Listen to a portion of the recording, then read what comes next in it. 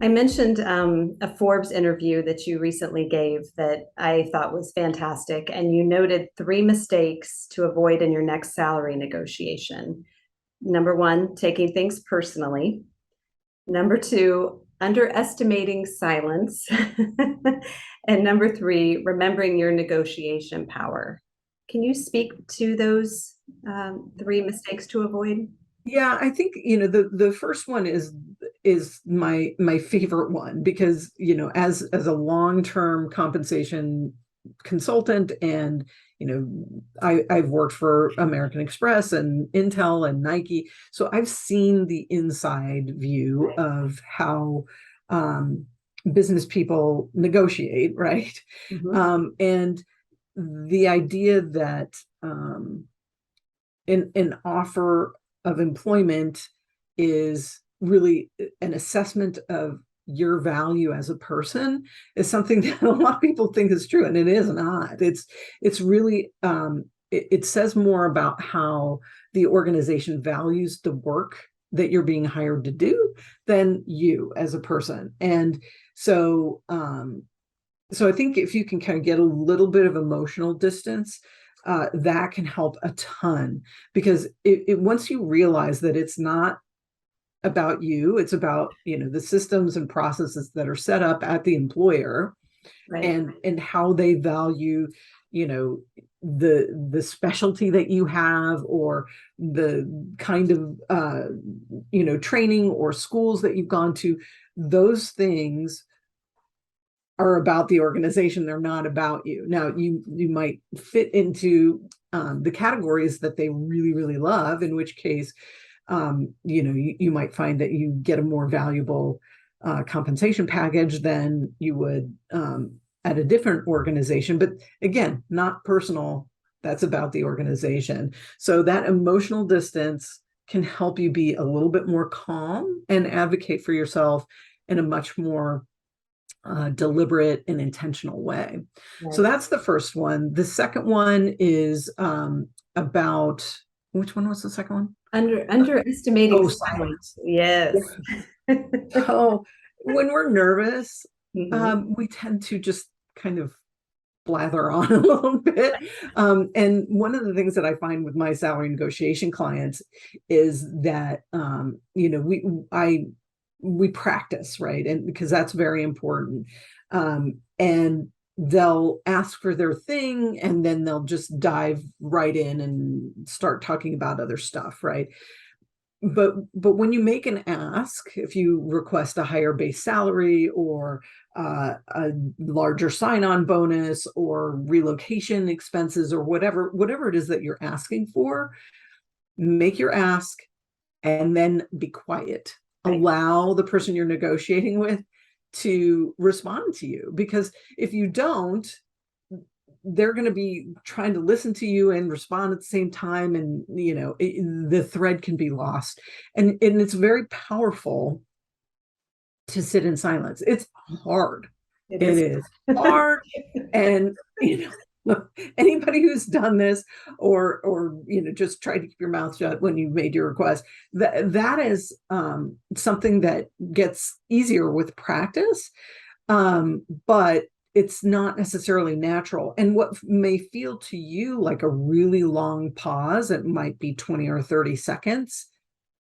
If you're in the responding side, um, it doesn't feel like a really long time. Right. So it's just one of those things. I also advocate that people either meditate or sit mindfully before they go Sure. into their session, just so they can not be so nervous that they have to just say stuff and say stuff and say stuff, Yes. right? Yeah. I mean, filling the void. And I think too, it's easy if you go in and you're not comfortable with what you're asking for, and there is that pause, it's Mm-hmm. easy to try to fill that void by Yes. negotiating against yourself. You Exactly. put a number out there, Exactly. let it stand with Let it confidence. stand. Right. Otherwise, And it's just, yeah, even if they say, gee, I don't know that that's going to be possible, you know, yeah, and it might not be, but what if it is, yeah, right? And that, being in that abundance mindset instead of the scarcity mindset is Yes. really helpful as well. Right. And if it's not possible, let them bring a number back to you instead of negotiating against yourself by assuming Exactly. what they're going to come back to you with. Yes. Right. Power, Right. power of silence. Yeah. And you don't, again, that brings up a really good point too. You don't want to make any assumptions about Mhm. what things are like for them, even based on things that you've heard and all that kind of business. I mean, you don't want to, try to mentally open up their wallet, right? Because That's right. you have no idea. And sometimes they don't even have it. The person you're negotiating with Yes, doesn't know what the limits of the negotiation are. that's And knowing that you're probably the end of your first negotiation conversation is probably going to be, I need to go back and check with, my manager or whatever. That's a really good result. right. And people need to be okay with not knowing what the final answer is in that initial conversation. And that's something that a lot of people are not prepared for. Agreed. And the third is remembering your negotiation power. I think this is critical. This is just critical. It is, because anybody who's getting an offer from an organization, that organization wants you to come work for them, Yeah. right? It's not like they picked somebody off the street and they, rained money down on them or something, right? I mean, they really want this to work out. Yeah. And that gives you a certain amount of power. Now, again, kind of going back to what we were talking about earlier, don't be a jerk, because that is a really quick way to, make the negotiations not go the way you want. Right. So, again, that emotional distance that we just talked about, not being a jerk, you're going in with a collaborative approach.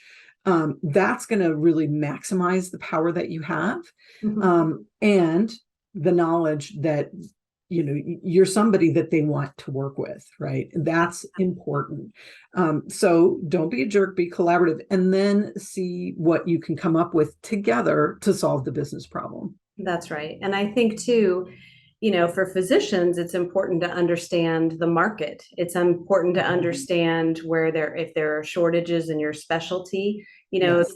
the market data that are negotiating tools for you to use when you go in to deal and collaborate with administration or your practice. So that negotiating power, the market data, the compensation data for physicians, they're essential ingredients in coming out successfully. And I think too, when you go in, when you get advice on compensation and negotiation, when you go into these conversations with those skills and the pertinent data, you set the tone with the employer, with the company, with administration, and you are more likely to come out uh, more satisfied with a better offer. um, for physicians, their contracts are usually 3 to 5 years, Yeah. and they auto renew typically. And I tell my clients, do not let your contract auto renew without reviewing it, without looking at your compensation, the market data, your productivity, the ingredients that go into designing your compensation is so important. So I agree with you. You bring up another great point in the book that I see often. You say that many people think base pay is the only thing you can or should negotiate. And there are lots of other items to negotiate and consider before you finalize a negotiation plan. So for physicians, I see that same mentality that I'm just going to go in and negotiate my base pay.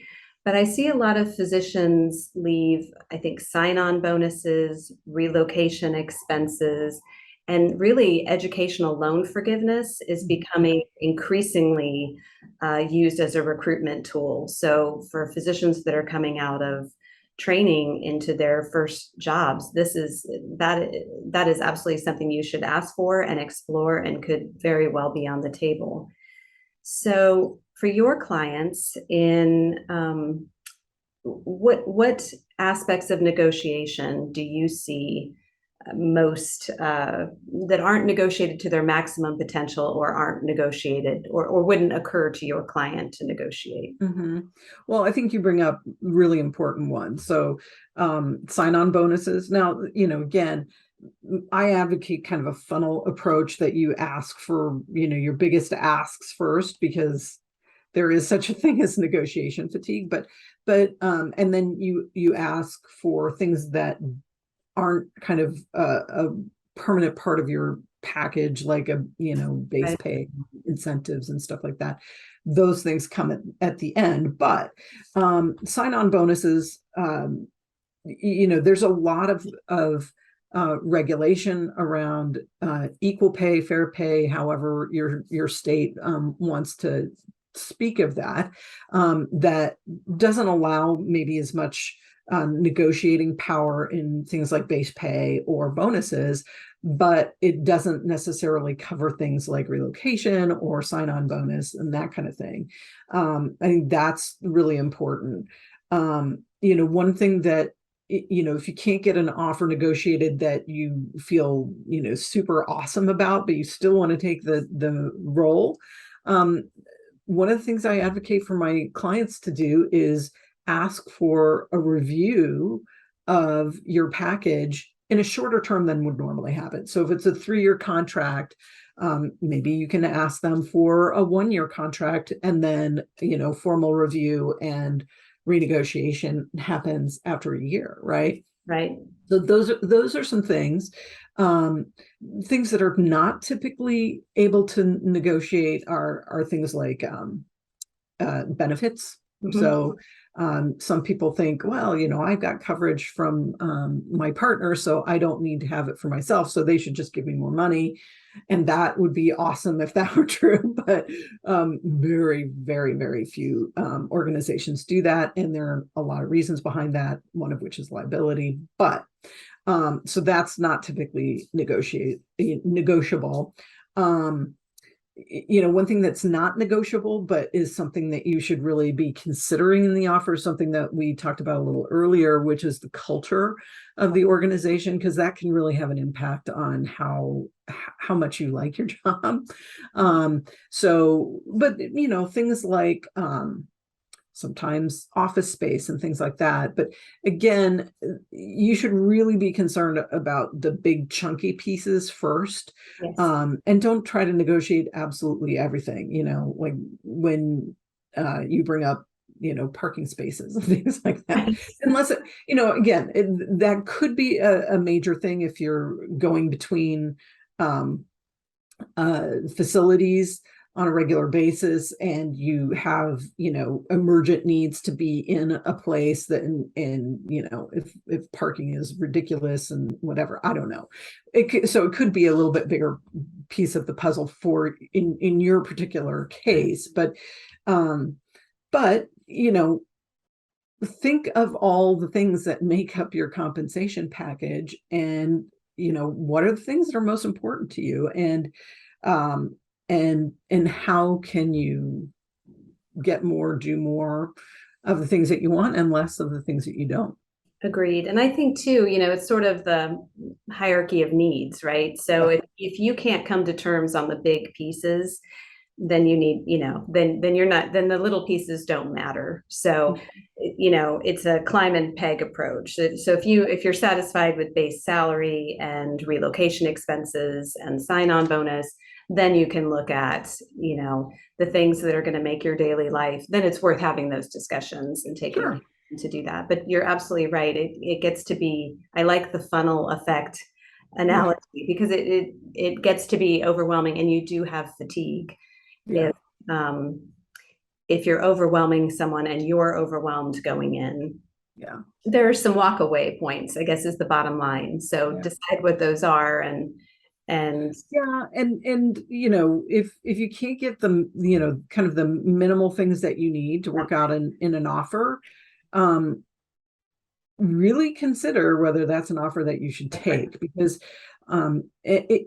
if they can't come to terms with you, it's not personal. It's how that organization values the work that you're doing.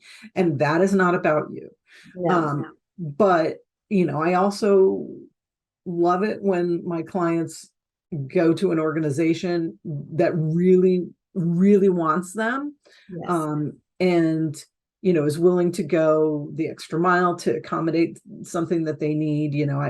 I had somebody a few years ago who had Great Danes, and they, the Great Danes don't really fit a typical relocation profile, right? Right. So, they had to get an exception because you can't put a Great Dane on an airplane. So, and they were moving cross country, so they got an exception to the relocation policy to, get a van that they could drive across country with their gigantic dogs. So, Well, and that's a really interesting point because that company clearly wanted to hire that individual and um, showed the flexibility right. of meeting the needs of that individual.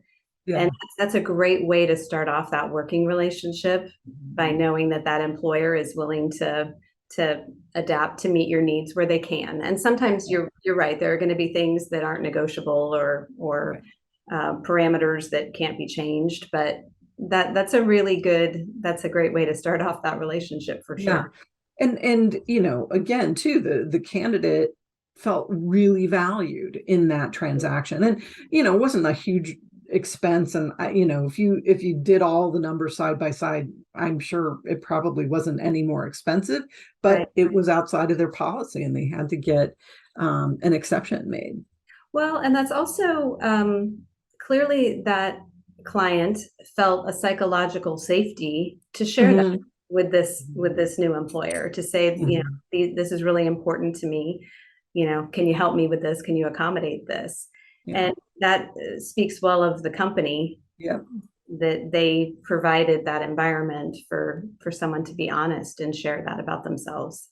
Mhm. And I think that really, you address in the book too, this leads into a conversation that I wanted to have with you about culture and how Mhm. important culture is to job satisfaction. I think this is exceptionally true for physicians.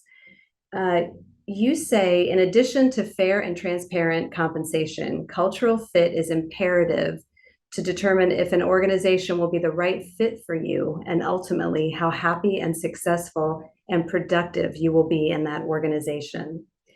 And it reminded me of the adage, to know thyself is the beginning of wisdom. So it's important for the individual, for all of us going into negotiation or going into a new job, it's important for us to know ourselves, to know what's important to us, what environment are we most productive in?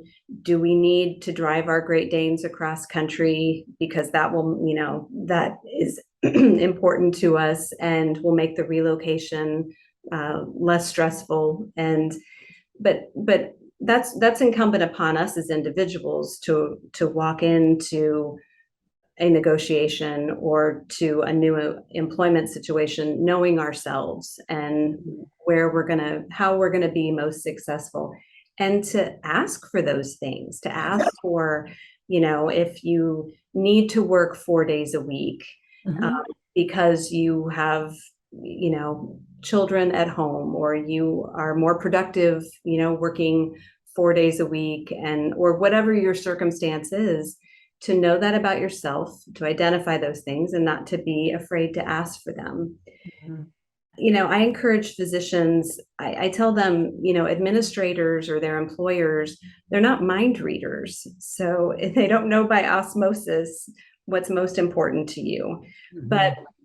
I think it's interesting, in the example you just shared, that is a two-way collaborative street. So Mhm. it's incumbent upon the organization to provide that psychological safety, a culture of good two-way communication where your employees and team members can communicate Yeah. their needs with you.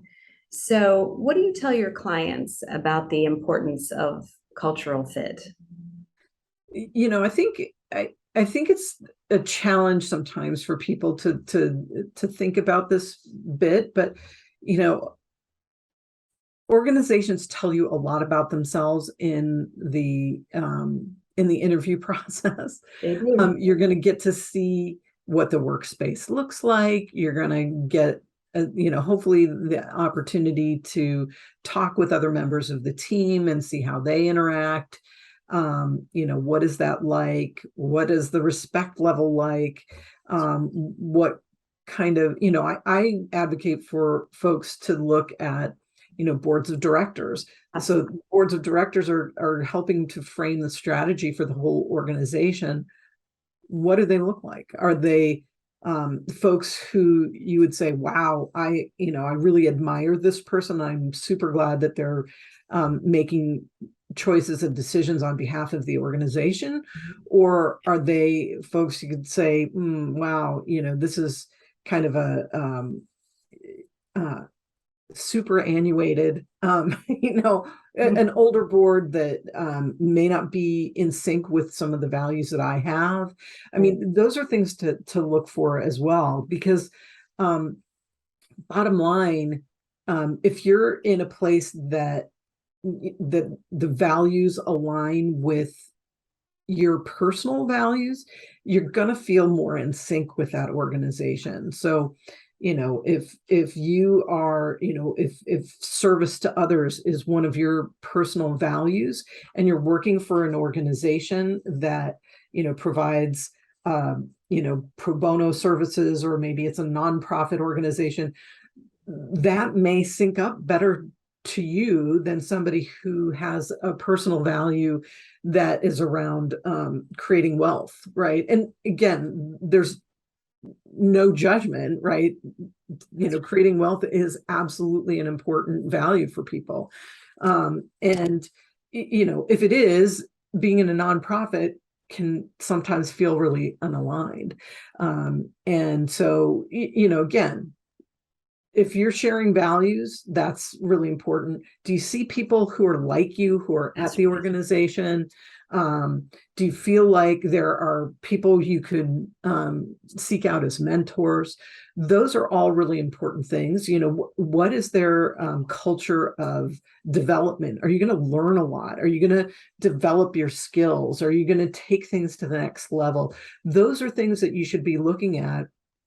They're not part of the compensation package per se, but they can make a huge difference for you, and probably a much bigger difference than maybe a $5,000 increase in base pay would. Right. Absolutely. And I think, we've seen the data on it. I mean, we know why teams are more successful. It's, the sense of shared culture and respect and safe, psychological safety to make mistakes, a team mentality. It's so important. And I think, in terms of, there was just a new physician burnout study released yesterday that was done with MGMA and Jackson Physician Search. And it was a really broad set of physicians who responded. And the number one factor that they attributed to burnout was a lack of two-way communication. And the second was compensation. And I thought that is so fascinating. And it's also fixable. We can fix this. We can address that issue. And that goes back to culture of an organization. And I think you're absolutely right. It's great for someone to say that they have a diversity, equity, and inclusion program, and that's part of their mission, and that they encourage a sense of belonging.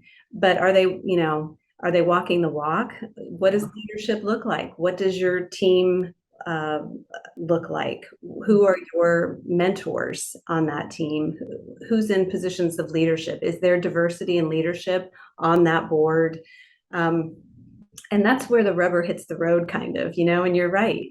It's the interviews, it's the hospital visits, the site visits, where you really get a feel for whether you're going to fit in there and be valued and really be able to reach your highest levels of productivity and collaboration, and that's why we work, right? I mean, it's about the money, and we do want to be paid well and equitably, but it's also it's meaning, and we want our work to provide that meaning, to feel that we're doing something important. It's Adam Grant wrote a really interesting article about you know uh, career, community, and cause, and I think and those three factors are what those are the three ingredients that make employees the happiest, or small business owners, or that feeling that you're going to have, that you're supported and you have room for advancement and growth, that you're part of a community, so there's this teamwork and psychological safety, that everybody rises together,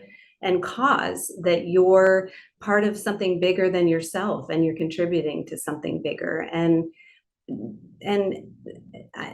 I just think that's more and more important, as life is hard, and we spend a lot of time at work, and we want to feel valued, and as though we're making a difference.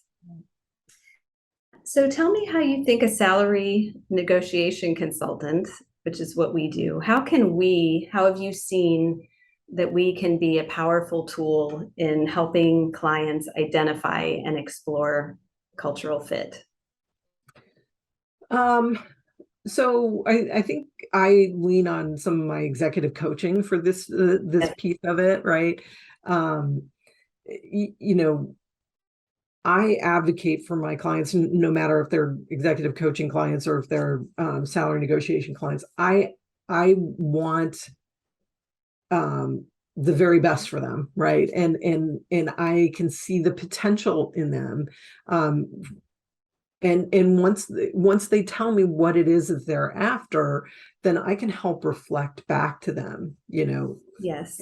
What was this experience like? And I can hear things that they may not be able to hear when they are, having an internal dialogue, Yes, right? exactly.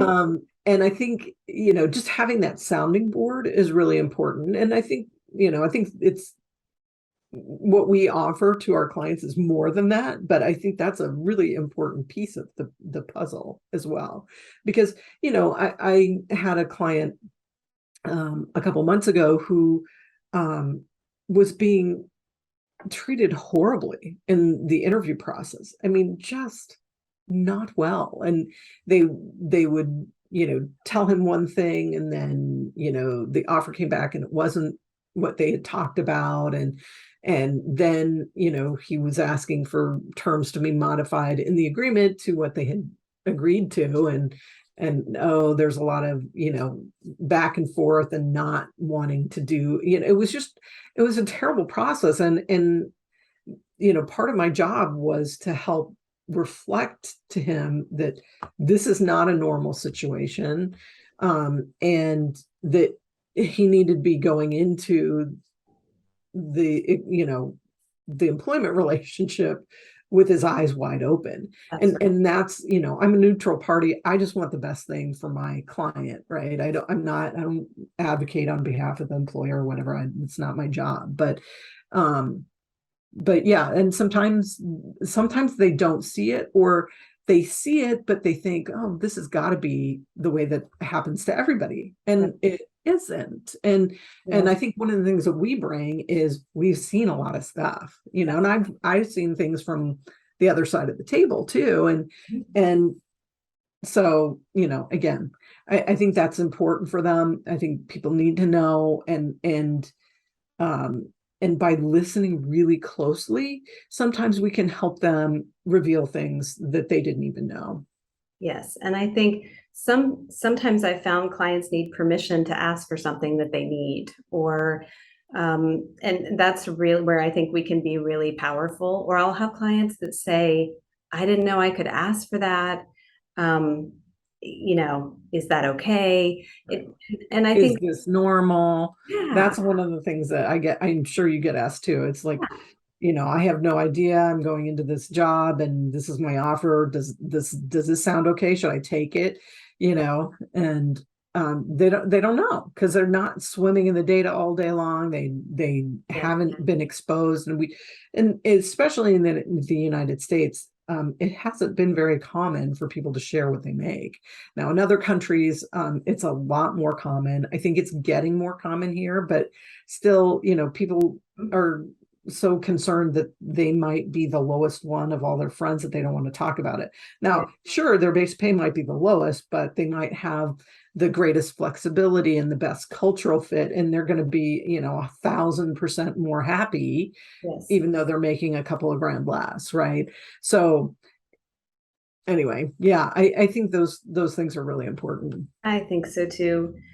You there's 2 points in your book that I want to leave people with that I think is really the crux of what we do. You say your ability to stick with the discomfort inherent in negotiation conversations is key to your success. And you say when you're clear, you're more confident. When you're more confident, you'll negotiate better. And I read those lines several times, highlighted them in the book, tabbed them. That is the crux of what we do and why seeking salary negotiation advice is so important. These are uncomfortable conversations. You're building a muscle. Mhm. And so, but the more that you do it, the more you'll be successful at it. You'll be comfortable. You'll be collaborative. It won't feel like a punishment. You'll look forward to going into those conversations, and it is uncomfortable, and that's okay. We can do that. We're tough enough to do that. We've got the information to do that, and ultimately, we're advocating for ourselves, and we help advocate for our clients and level the playing field for our clients. And for me, I think especially working with female clients, that's just so rewarding. I enjoy that. So share with me, if you will, what is most rewarding to you about the work that you do? Well, I think you've summed it up pretty well there. The reason that I do this work is because um, I, I think the positive energy that Yeah, is generated by people, advocating for themselves in a positive way, really having their eyes open and understanding their package fully, yeah, and you know hopefully they'll be successful. Most people are successful in getting something if they ask, even though it might not be exactly what you want. So when people enter an employment relationship, having done all those things, um, they show up in their power, right? In the fullness of themselves, in a way that they kind of don't get to do if they opt out of the salary negotiation process. And right, I love that. I love seeing people in the fullness of themselves going into an employment relationship, because that's showing their best self right. to the employer, and the employer is really happy to get that as well. And I think it's just good. It's a good thing. And people have less self-doubt. They don't wonder if they left things on the table. They Right. don't think, oh, maybe I could have gotten a better deal. Not knowing that stuff can eat away at you, That's right. and really kind of, I kind of imagine it like a superhero. You put on that suit, Right. and yeah, people know you're a superhero now, right? And you feel more like a superhero. um and that's good for the world, I believe. Yes, and that transparency of going into that and knowing the components of your compensation and negotiating and being confident in that, that's so empowering. And that's the best part of working with the clients that I work with. What could be better? Yeah, seeing them be successful, yeah, I thought that was just the energy that I had from being a mom, which I love being a mom, more than anything. And then I realized that I could generate some of that same energy with the work that I did. And it's just like, it's the most amazing thing. I love it. I love telling clients success stories because they did it. I didn't do it. I wasn't in the room. They did it. They did it by themselves. And there's no better feeling than seeing somebody do something that they couldn't do before And now they can. It's the best. It is. I completely agree with you. And I love the book Pay Up. I think it's a fantastic reference guide. It's a great, really, it's a great graduation gift to give to people who are leaving college or high school or, medical residency or fellowship. It's a great, I tabbed it. It's going to sit on my shelf. It's a great book to refer to at all stages of your career. It's funny. It's smart. It's just really, really powerful. And I thank you for being gracious enough to talk with me and share My with me. pleasure. Yeah, yeah, No, it's terrific. And thank you so much for the opportunity. And yeah, I mean, I hope that folks will walk away from this interview feeling like, yeah, it's okay, you can do this. yeah, Because absolutely. it's important. Yes, it is. All right. Well, thanks so much, Kate. Thank you.